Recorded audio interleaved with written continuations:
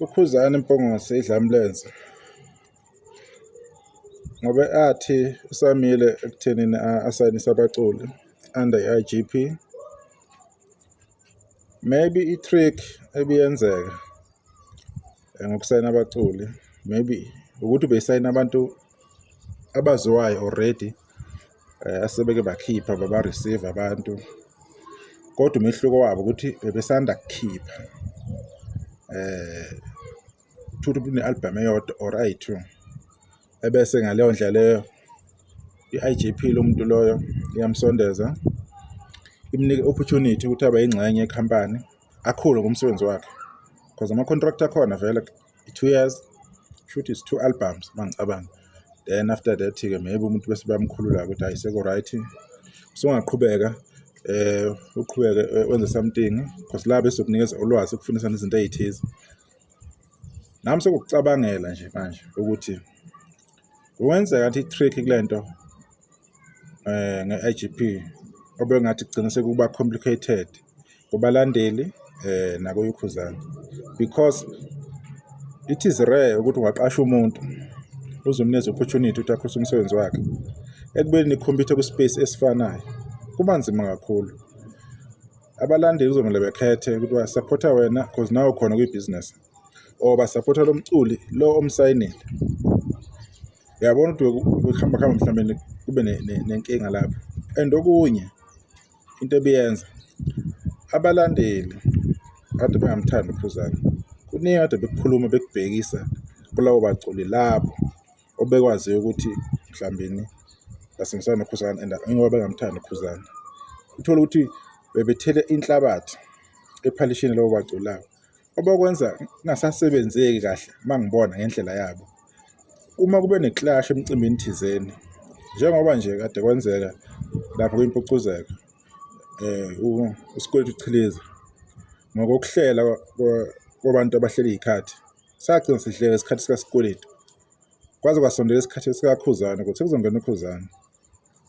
Kwaba-ke naloo nto leyo-ke u-stage manager azama ukuthi awukhulume naye wani uSikweletu ukuthi alungise leyo ndaba leyo. I know for the fact ukuthi uSikweletu wayengekho happy ukuthi sadleka isikhathi sakhe, kwaze kwafika lapho okucishe kuthinta khona isikhathi sikaKhuzani because udrayivile usuke ekhaya, uprepared yonke into usekhokheliwe. Yaba sekufika laphana abantu basasigcina isikhathi sekulimala isakhe, right?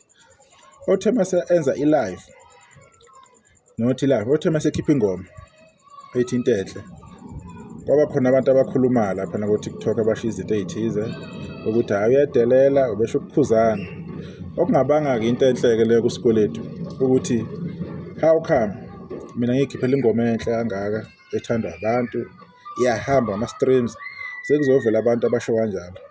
Waphoqeleka uSikweletu because abantu bemsendela leyo record leyo ukuthi kunabantu abakhuluma kanje because abantu bayafakana ekukhulumeni. Agcina ka-addressa-ke uSikweletu lokho ngendlela ka-addresse ngayo, obengeyona-ke into enhle ukuthi after ukhiphe i-EP emnandi kangaka bese kuba nabantu abakhuluma izinto ey'bheke eceleni. So engizama ukukuveza ukuthi le ndaba isuka lapho ku-IGP.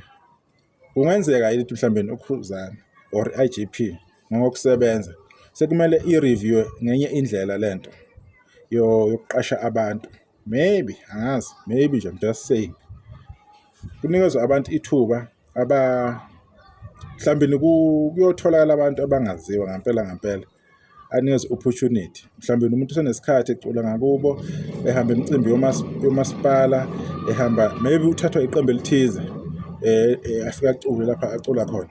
Mhlawumbe nabantu abakanjalo noma adiscover abaculi abathize aba-opportunity, then angazi maybe 1 year, I don't know, 2 years maximum, bese beyamdedela-ke aveze abaculi abanikeza opportunity ukuthi okay, so hamba siyodiscover umculi thizeni, even though kade esekhona phade esebenza khona, kodwa sizomdiscover. Not umuntu vele bese vele ekhona endibeni, sebemazi abantu sekwakhipha ne-album, mhlawumbe lo album eyidumile njengoDumahla wayikhipha i-album edumile, noMzukulu ekhipha i-album edumile, base bebazi vele abantu. Into abeyidinga nje bona management ezophatha kahle umsebenzi wabo kangcono kuphela. Babengadingi ukuthi lokhu besayina-ke ngapha nangapha, babedinga umuntu ozobaphatha kahle umsebenzi wabo, right? Mhlawumbe sekuyisikhathi ukuthi uKhuzani nethimba lakhe be-review indlela yokusebenza ukuthi bazosebenza kanjani when it comes to indaba ye-IGP. As much as akubeka uKhuzani ukuthi ngeke besasayina muntu ngoba kunezathu zabo abayibekile isifayini, kodwa mina ngikusho ukuthi kungaba kuhle if becabanga ilanga ukuyisebenzisa again lento le yokusayinisa abaculi. Ngathi bangathola umuntu as much as kumsebenzi ukuthola umuntu omusha, ukuphusha umuntu, yonke lento leyo i-admin enzima kabi. Kodwa if ene-dream ukuthi asize abaculi, akathole mhlawumbe umuntu one-potential amnikeze i-platform, lo muntu lo azibonakalise ukuthi uphetheni, yini angayenzela abantu, sibone abantu bambukela kanjani. Lo muntu lo uzofika enama-followers amancane, akhuphuke lo muntu, abonakala ukuthi okay umkhuphulile kuma-followers ko-TikTok nakuphi nasema-radio siyadlala, uthola ama-opportunity naku-YouTube sebeyamazi abantu, ingoma yakhe ikwi-rotation, ubona ngathi lo muntu umdiscoverile, bese umneza opportunity ukuthi hamba kuyophila-ke nabanye abantu, ubone ukuthi usungazikhulisa kanjani. Thina sifuna ukuthi sikudiscover, sikunikeze i-platform and then wasikhombisa ukuthi okay this is what I can do. Ileyo i-suggestion yami ukuze ngabi nale mix enokwenzeka ayithola uKhuzani sengathi uyangena ekukhulumeni, because ukukhuluma kuyamlandela noma athi wenza kahle noma athi wenza kabi, kumlandela indawo zonke. So i-suggestion yami nengibe ngicabanga iloko ukuthi mhlambe ngelinye ilanga, angisho ukuthi bezwe ngami, sengikhuluma nje umuntu nje ubuka esesayidini owuthandayo umusic wakwaMaskandi, oyithandayo into eyenziwa uKhuzani, eyenzela eground kaMaskandi, ukunikeza abantu opportunity ukuthi bezibonakalise ithalente labo. Yilokho nje, ngiyabonga. Sakahle.